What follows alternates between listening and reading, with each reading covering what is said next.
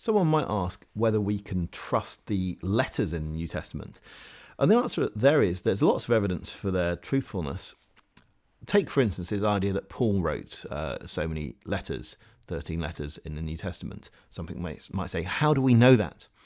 Well, one thing we can say is that if there weren't those letters, Paul wouldn't have been famous at all. It's the letters that made the fame of the person. So the idea that someone would put the name Paul on a letter in order to sell it doesn't make any sense, because it's a bit like J.K. Rowling didn't put her name on the covers of the book in order to become famous. It was the books that she wrote that made her famous. And it's the same really with Paul. It's the depth of the content that made the name famous.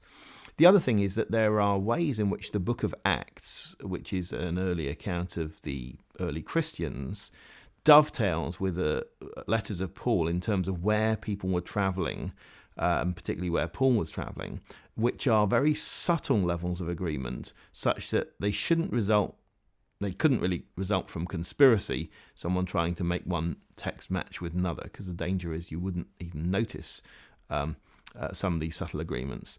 And that's the sort of thing that requires someone to have lived like Paul did. And certainly there was a figure Paul, and that none of the early Christians had any doubt that there was a figure Paul, and that he wrote lots of letters. So all of those things converge to suggest that we really do have Paul's letters by Paul. We've also got early manuscripts from 2nd century onwards, which attribute these letters to Paul, which is a lot closer than we have for all sorts of other ancient figures and their letters. So I think there's a wealth of evidence for trusting these things come from Paul.